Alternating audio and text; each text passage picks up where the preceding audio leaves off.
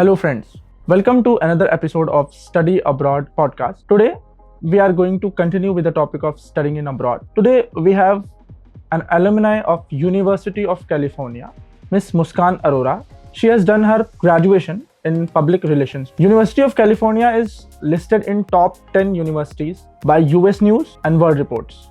Hello Muskan, welcome to the podcast. Hi Ujjwal, how are you? I'm good. So, how are you feeling being on this podcast? I think being on this podcast, I'm pretty excited. Any opportunity that is given to me to kind of talk to other students or kind of discuss my journey overseas and maybe something that I experienced, or I think if somebody can learn off of it and not make the same mistakes but a few different ones that the other batches can learn from is a great experience. That's great.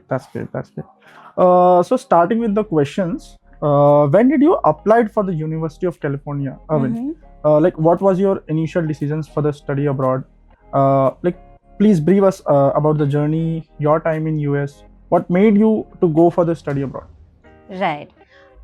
So I went for an undergraduate program, and during my school time, so I was in about 10th standard, is when I think the guests sort of come in and they kind of advise you which universities you should go for. And I think we had one of the counselors come in and talk about studying abroad in the US, and it kind of intrigued me and I wanted to know more about it. And I went home, did my research.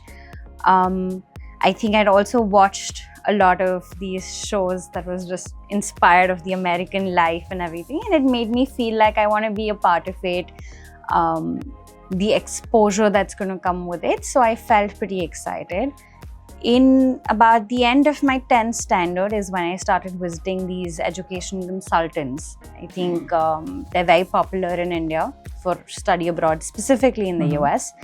And I think they advised me how long it takes. I think everybody feels like, oh, they're going for the September and then you can just kind of apply 2 months prior. That's not how it works.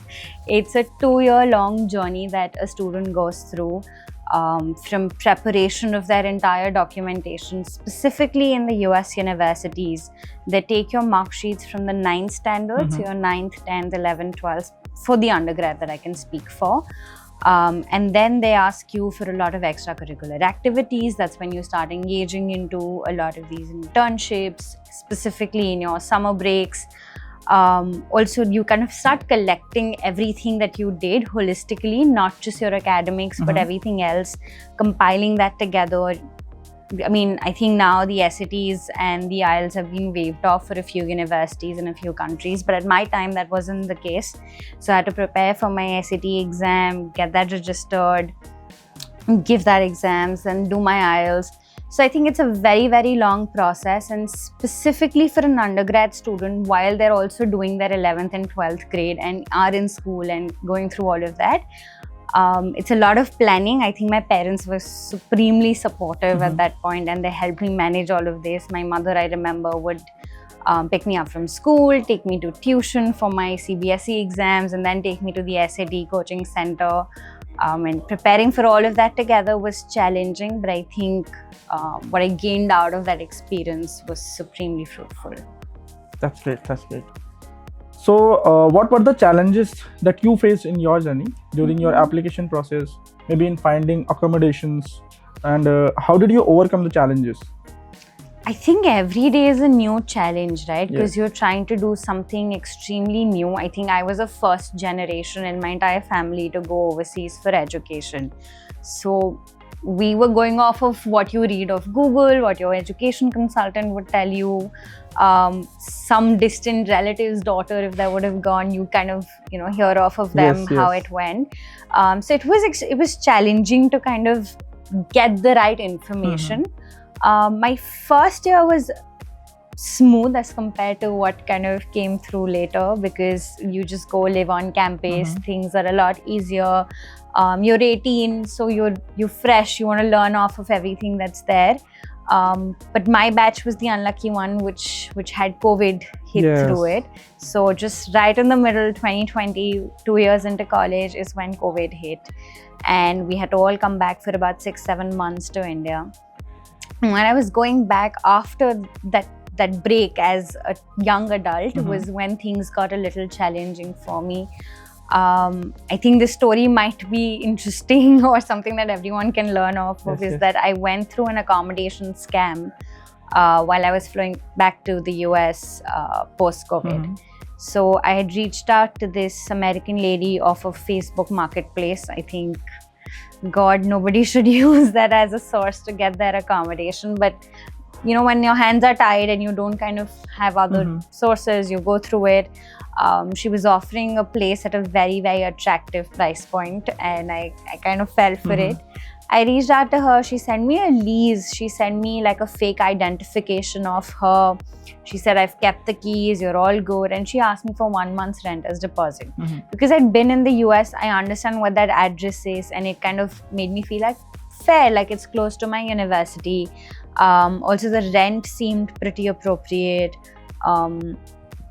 The place was nice and I felt pretty attracted. I was like, this is a good job. And then she was asking 1 month's rent only, which is what I was paying for as a deposit for the other properties that I had taken before this. So I signed up with her. I landed in the US. Thank God for my friends there. They came to pick me up from the airport and we went to that particular property and there was nothing there.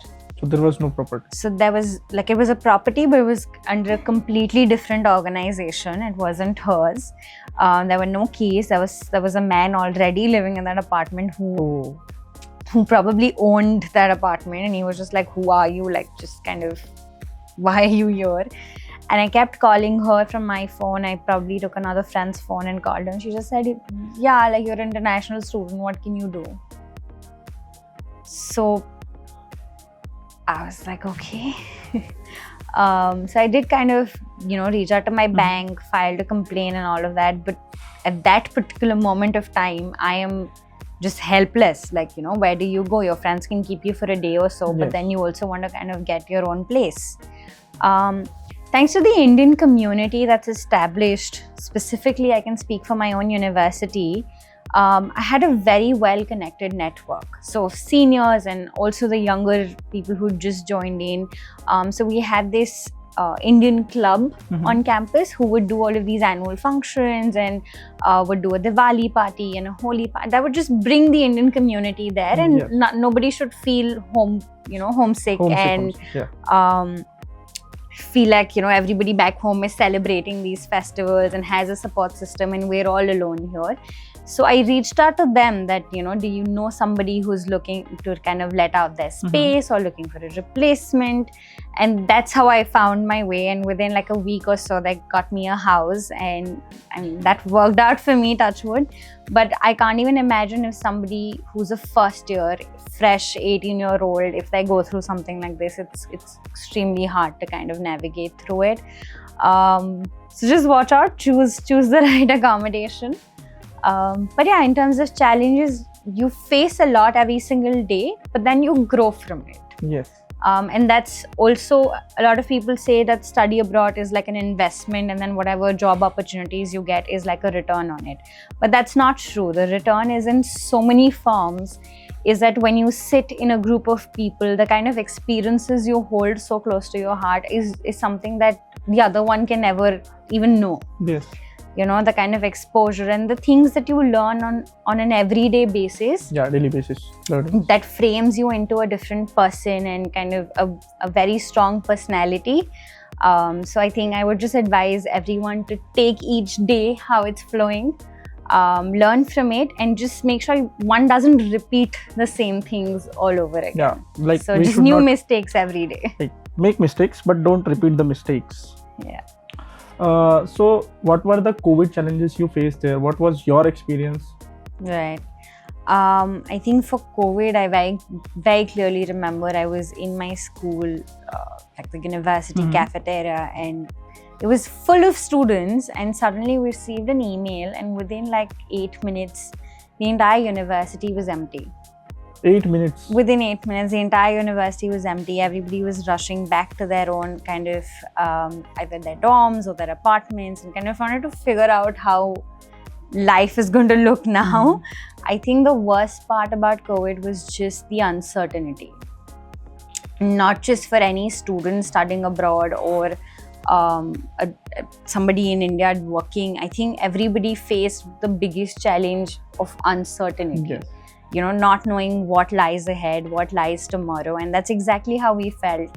I came to my apartment, my flatmates were there, and we were just discussing, do we kind of hog a bunch groceries? We were just waiting for our parents to get up because it was right in the middle of an afternoon. They were fast asleep in India given the time difference. So we were waiting for them to get up, let them know this has happened.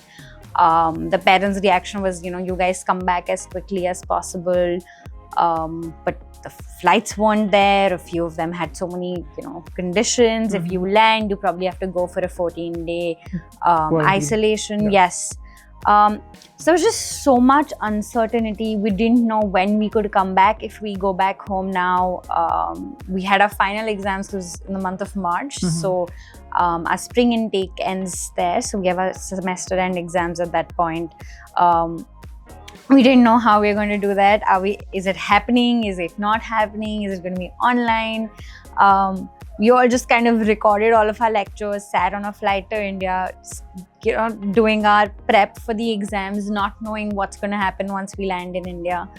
And yeah, we navigated through it. I think coming back to the States post, things started opening up a little in 2021. We all had to get the Pfizer as well when we get there, but we were still figuring out. Some classes were online. It was like a hybrid model that we were following. But I think it doesn't match to the experience we had in the first 2 years of our college, pre-COVID years, So there were a lot of challenges, but I think how today everyone's learned to kind of live with what COVID has given us. Nobody wears uncomfortable clothes anymore. Hybrid is a very, very logical explanation or a logical setup for everybody at the moment, and hybrid sort of a thing never even existed pre-COVID. And it's something that everybody wants now. So we navigated through it. It was initially extremely challenging given the uncertainties that come with it. But I think, like I said, I had a very, very strong community of my friends there.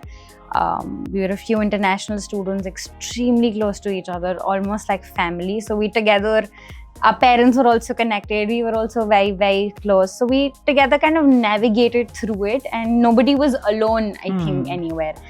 It gets very challenging, not just with COVID, but anytime you're alone and you feel like this is a difficult situation and I have to go through it myself entirely, that's when you kind of start fearing things a lot. But when you're with a group of friends, I think everything eventually becomes just funny. Yes. So I think that's what happened to all of us.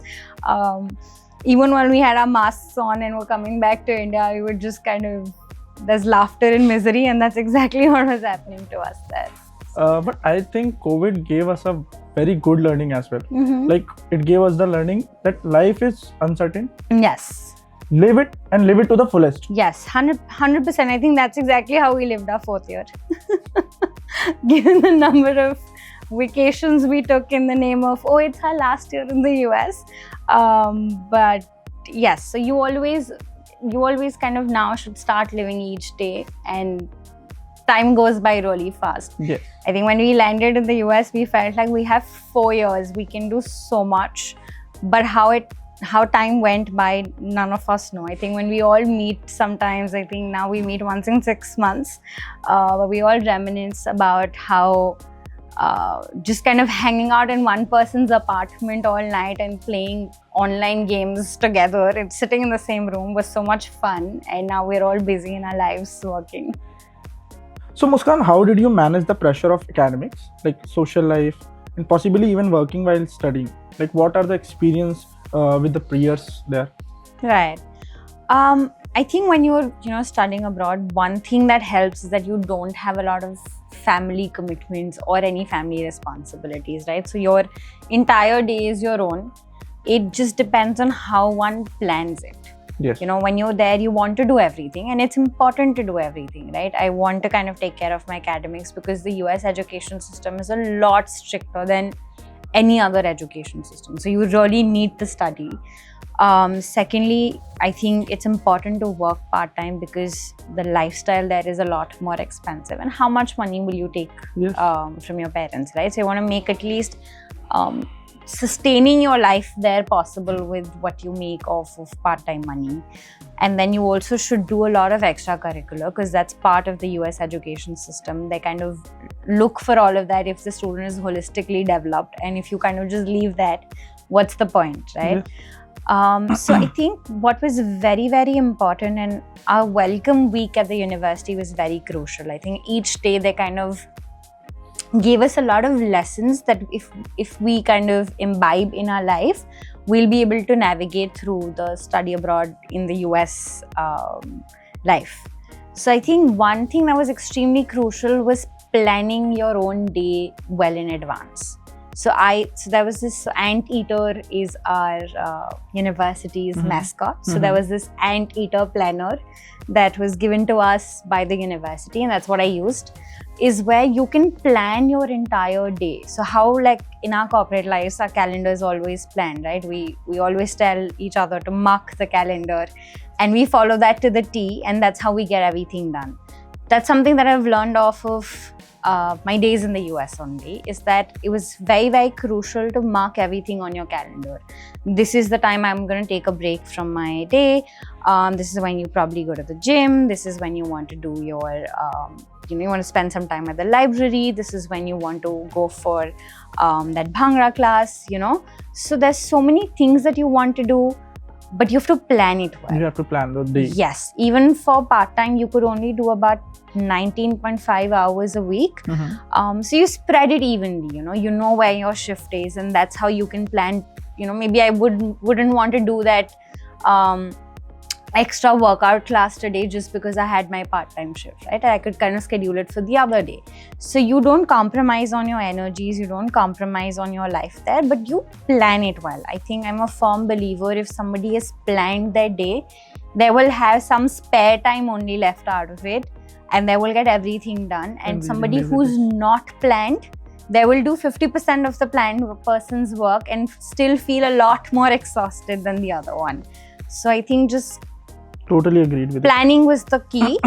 And also living in the moment. So I would always leave my Saturday or my Sunday out to just live the way I'd want to, do what I feel like, maybe do a 2-hour shift at my part-time, and then see if I want to kind of sleep in a Sunday afternoon, or if I want to go out, grab like a brunch with my girlfriends. So that's something that you also give to yourself, depending on what kind of a person you are. So planning is each to its own. I think Target had amazing planners also available. You put in stickers and everything, and it can something in the US. It's like a grocery store there. Okay.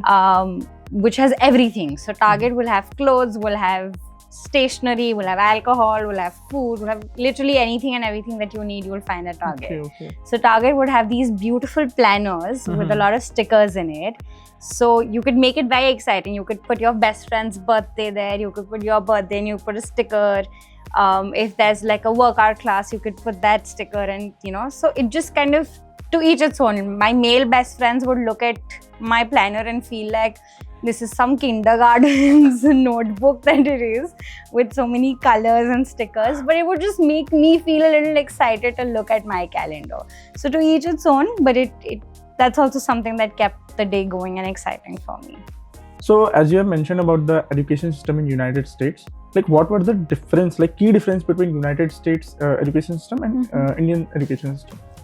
I think the biggest difference is the fact that you cannot copy off the assignments of each other. Something that we would always do in school is take inspiration, as they say, of each other's assignment and submit that, and nobody would kind of verify that if it's a similar looking assignment. Also copy things off of Wikipedia and Google. So that's it's not at all tolerated there. It's a zero tolerance policy. There's a Turnitin platform there that you submit your papers, and it checks not just with what's on the internet, but with any paper. If my long distance friend in Australia would have submitted a paper and it says the same thing as mine, they would catch that as well. So one thing that I have to be very, very careful of is that you can't kind of copy off of each other's assignments there. Secondly, I think the education system is a lot practical. So, things like they would tell you, you can make a one-page cheat sheet. What that means is anything that you're expected to remember, you can kind of bring it to the exam. There would be so many open book exams as well. Now, what that means is that if it's an open book exam, they will never ask you a question where you can get like a direct answer from the book, right? It's more about on the understanding and the logic and what you infer from it. So hence they give you these things, right? Because it's not about memorizing what's written in the book. It's about understanding and logical application of it in your that profession or that particular study. There's also a lot of research papers that one has to write. So they have a couple of writing classes that are necessary for each student to be a part of, is when you write your research paper, where you mention, now research papers are not like, oh, I pick up a topic, I Google search it, pick up a lot of information and just write it off there. That's not how a research paper works, There's a very, very set pattern that you have to follow. That's how the introduction should be. The thesis should be established and the body should kind of cover what the thesis was. There should be a closing statement. If I'm picking up quotes or statements from any other authors or poets or anything, that has to be cited well. So it's a 12-15 page long paper that you have to write that should have everything that you need and it should be cited well. So it kind of, I think the major difference and something that helps anybody understand is that the US education system keeps your brain's motor running. You have to constantly use your brain, think out of the box, also kind of see, okay, this is the knowledge I've given you, but how will you do the application of it, or how will you apply it to your life, and then kind of mark you on the application side. Whereas the US system the Indian system works on the fact that this is the knowledge, you remember the knowledge, use it, so memorizing is not part of the education in the US. It's about how you apply that knowledge that's kind of given to you. So that's the major difference between the two. Cool. So were there any stereotypes or misconception about the society or the university you study that you had before? Like, how did your experience compare? I think I was a little girl, I think, when I went there. I was 18. I was in a very, very protective environment before that. I come from a family where my mother would pick me up from school, drop me to, tuition, get me from there.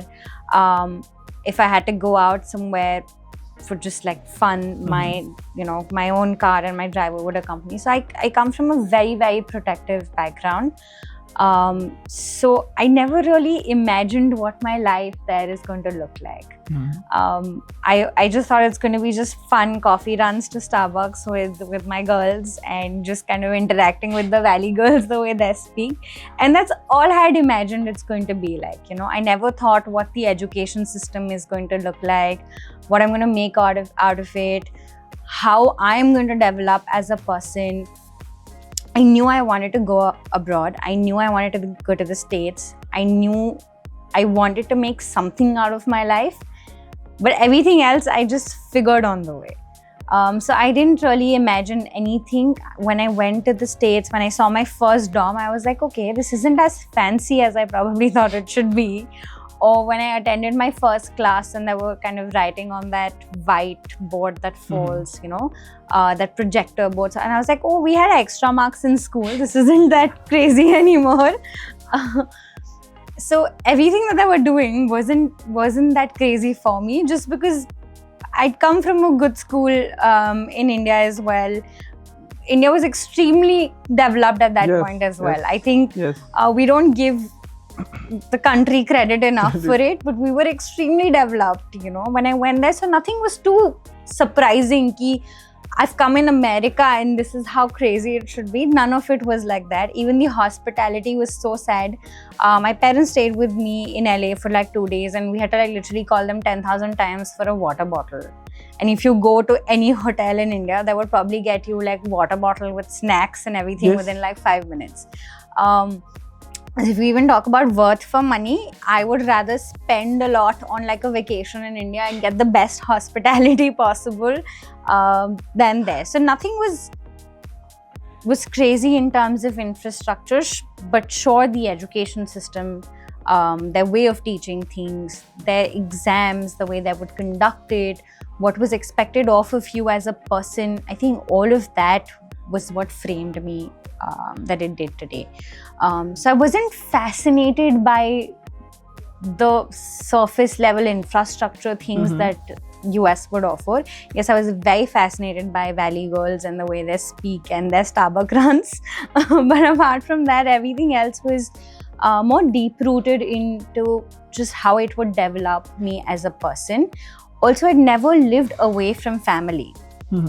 So kind of living alone, navigating through how you want to kind of do meal prep, learn how to cook, just those basic things, knowing how one dal can one day just be like a dal rice for me one day, and then the next day it could turn into a paratha. So figuring that out for yourself was new, but then that shapes you as a person. Yes. So I didn't have a lot in my head. I went like a blank slate and then let the university write how I want to feel. But yeah.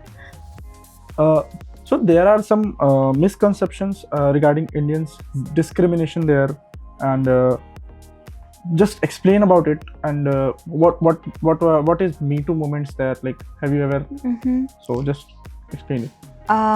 Okay, very heavy terms, discrimination and Me Too. I am just an alumni, so I wouldn't want to politically dive into any of it. I can talk about my own personal experience. I think Me Too started in the US way before I went to the States. And because I was always in a very protective environment of the campus, and like I mentioned, I think previously as well, that I had a very, very strong community of friends. They're not just my Indian friends, but I made a lot of friends on campus, in my dorms. I had a friend from Russia, from multiple Chinese friends as well. So my community was extremely strong, and our university was also extremely diverse. So there were not just students from America, but there were students from India, China, Russia, Brazil. So all ethnicities, all genders. It wasn't a very male-dominated university. There was a good proportion of Indian to female to male at that university. So I personally never felt any sort of Indian discrimination against me, nor did I feel very unsafe or anything. I think a few incidents would have happened that happened to all women in India as well, which is not acceptable. Which is not acceptable, yeah. But I think it's way less than what we're actually used to living in the country. You know, sometimes we were catcalled on the street, which had nothing to do with my ethnicity, but I think just men all across are slightly weird. I don't want to offend you, but I think it's part of the society at a very grassroots level, and I think each woman with their whatever power they have, are trying to kind of eradicate it. So it wasn't at a very intensive level that I ever had to kind of get to a situation where I felt unsafe entirely stepping out of my house.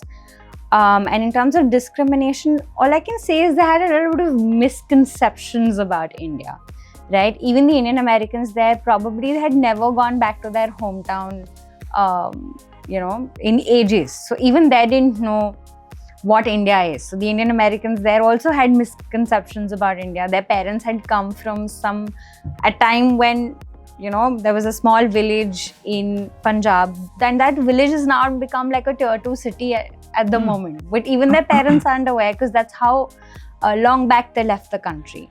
So I wouldn't say discrimination, but I can say that they had a lot of misconceptions about Indians and people coming from India. Just as simple as they were like, oh, you speak really well English for an Indian person. And I'm like, but that was my first language. Like, I studied everything in English. My school, all my curriculum was in English. So as used to I am of speaking Hindi, which is my mother tongue, English is also one of my first languages, right? So their surprise towards it was something that surprised me. That why is it that's surprising to you? Or like certain statements by a few Americans, I think as simple as iPhone is a luxury for Indians, but a necessity for Americans. So I think that's just college student brain. Yes. I don't think it's a conception of the country. I feel like India is becoming extremely global. Specifically, our Prime Minister, has been doing so many meetings with so many different presidents and prime ministers of different countries. So I feel like India is on its global, stage where everybody recognizes India and Indians, and they appreciate and applaud the talent that the country holds. And even when I was there wasn't discrimination, but yes, India was very new to going global. Yes. So all of this was new information to them. But yes, I never felt like I was, not given an opportunity or not given a credit that was due to me just because of my gender or my ethnicity or my nationality. I think that never happened with me, at least. So Muskan, last question. Being an alumni, what advice would you give to another students who are thinking about studying in United States, particularly regarding overcoming struggles and making the most of their experience? Advice is a very heavy word. I'm not somebody who I think I've made it in life, but I think I can tell my own mistakes, and I hope everybody, they don't make the same ones and make new ones. But I think a few things that I would like to tell is that start early for everything. This journey is going to be a lot more complex before you get there. So start early. Know why you want to do what you want to do. I didn't have that much clarity, but I would ask students now traveling overseas that it's no longer about just studying abroad, but it's about what you want to get from it, and that can be different things for different people. Somebody maybe going from a tier 2 city looks at it as an investment on return, where they want to get a job that pays off their loans that they're taking at the moment. Somebody going from a metropolitan city might look at it as exposure, might look at it at certain things that they want to learn. Also, I feel like Indian students, I think I look at my juniors here as well, is that they've become very skill-specific people. When we were doing things, we just wanted to get a degree, we wanted to get a job, have a holistic development. But were we developing any, personal skill or a professional skill? We were never skill specific. But the generation now is very, very smart and very sharp. And if you know that I'm good at a certain thing and you want to develop that as a skill, find out where that course is the best. That could be in the States, that could be in maybe some Japanese university or something in South Korea. Whatever kind of where you get that particular skill development is where you should be going. Never be flattered by the infrastructure or what your life there is going to look like. You're going to come home and wash your own utensils, do your own laundry. So it's not as exciting and fascinating as it looks on the Insta. But what I would advise is go for right reasons. And to go for right reasons, you have to first find the right reasons you want to go for. So I think the planning before you get there is a lot more crucial than the planning you do once you get there. And live. Yes, live. Make lots of friends. Some of them might turn out to be your best of friends and you'll be at each other's weddings, or some of them might be a short-lived friend. But that's also a lesson that you learn, that maybe this is not the kind of person that I resonate with or want to be close friends with, right? But it's very important to make lots of friends, have a community, enjoy. College life is no different, be it here, be it overseas, right? I think all of us in the room or anywhere that I go sit, if left to talk about their college life, they will always have some funny story from every day that they want to talk about. And if given a chance, they would just want to go back, sit with the same friends on the same couch and just laugh around the things that you've done previously. So live, have those experiences with those friends, build that community. They're your family there. Yes. Even if I would be sick, a male friend would probably be cooking green tea for you in the kitchen, and one of your female friend would be, cooking a meal for you. and they help you, they take care of you like a child, and you'll have to do it for them as well. Yes. You know, there's always a turnaround. So they're your families, but it's very important to build that community.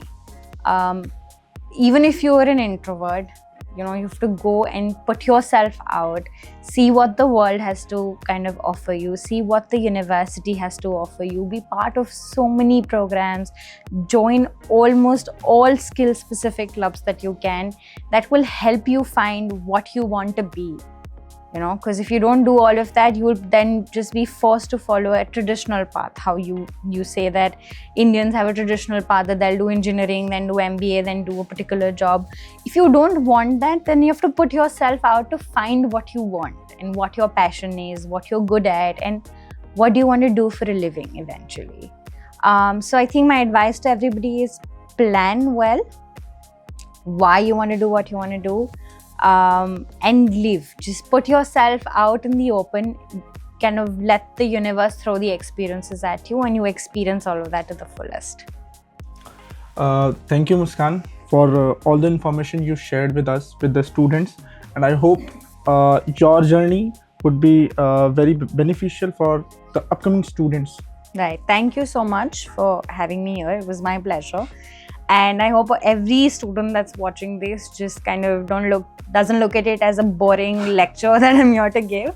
I'm also a very young adult, and I think it just excites you to do better in life and just enjoy your college days, that as long as you have them.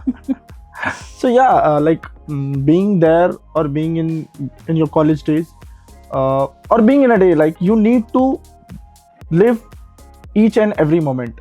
Like, when you will live each and every moment, you will have a new learning every moment, and that's what makes you.